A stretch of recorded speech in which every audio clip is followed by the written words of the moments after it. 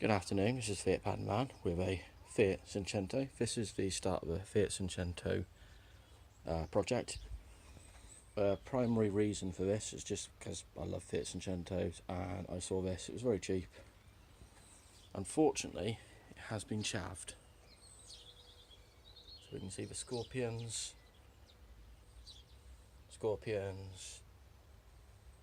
stickers. Someone was also a fan of electric gizmos. I will give a better walk around this when I have a chance. We can see that they like their gauges. So we have a bit of work to do on this one. There we go, a horrible scorpion. Yeah, that probably cost someone quite a bit of money to get done.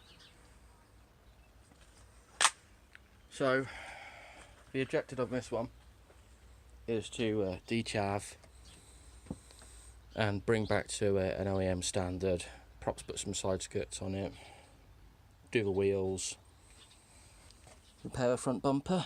It's been DIY sprayed, an average job, but it showed age. This car's interesting because it has been towed behind a motorhome of some type. So we have the rear braking lights plug adapter. We're removing the daylight running lights. The biggest issue at the moment is the fact that I've got 2 bolt tyres. They need replacing instantly before it even enters the road. And the fact that I found a Unipart oil filter. And as Uniparts have not been going for quite some time, we can assume it's not been serviced for some time. So I need to have a bit of a tidy up in the back garden. Wind's flicked some cardboard through. But this is what we're starting with. So today's job is a bit of a mini service. Get the bonnet catch open. So plugs, filters, oils, the auxiliary fan or radiator fan is permanently on, so we need to look at that. We're going to do a coolant flush. It looks like it has had newish top mounts, the fact that I can still see fresh locking compounds, so that's a fairly good sign. But really it's just to bring back up to general health. So we need to get the air filter off first. So that's a case of removing that, removing this, and removing this.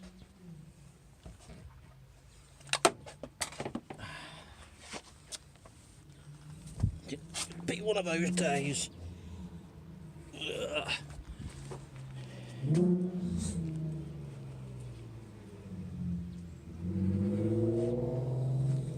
Yeah, these have to go. These will be colour coded. These are removed. Put the old ones back in.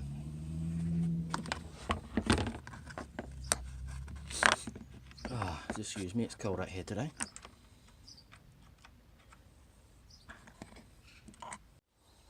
So I've undone the 2 10mm.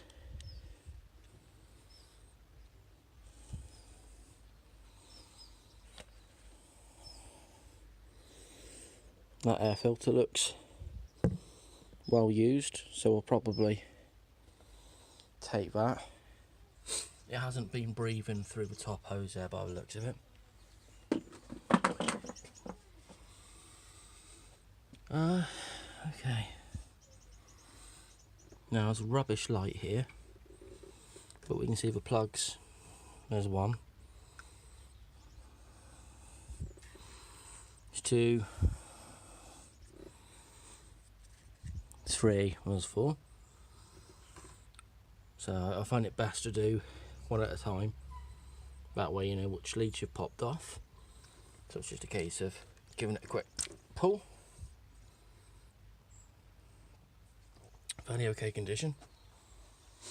So now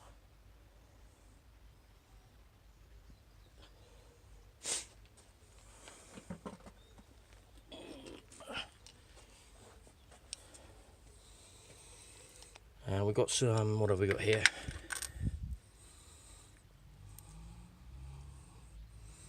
BKR 5 EZ. It's generally best to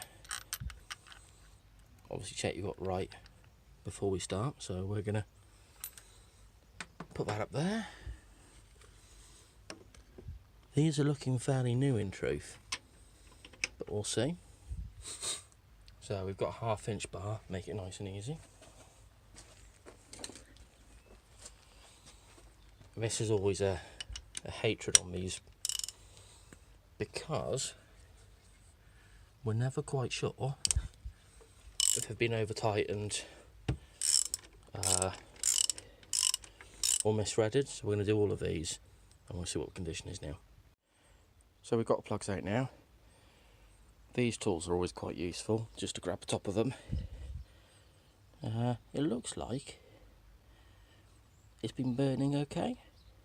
We've got a nice brown tip at the bottom. There's no damage to the threads. The plugs don't look actually that old, so we'll see what it's like with the rest of them. Obviously they're dirty, but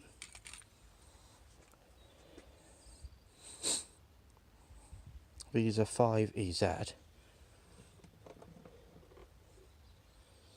and these are 5 EZs.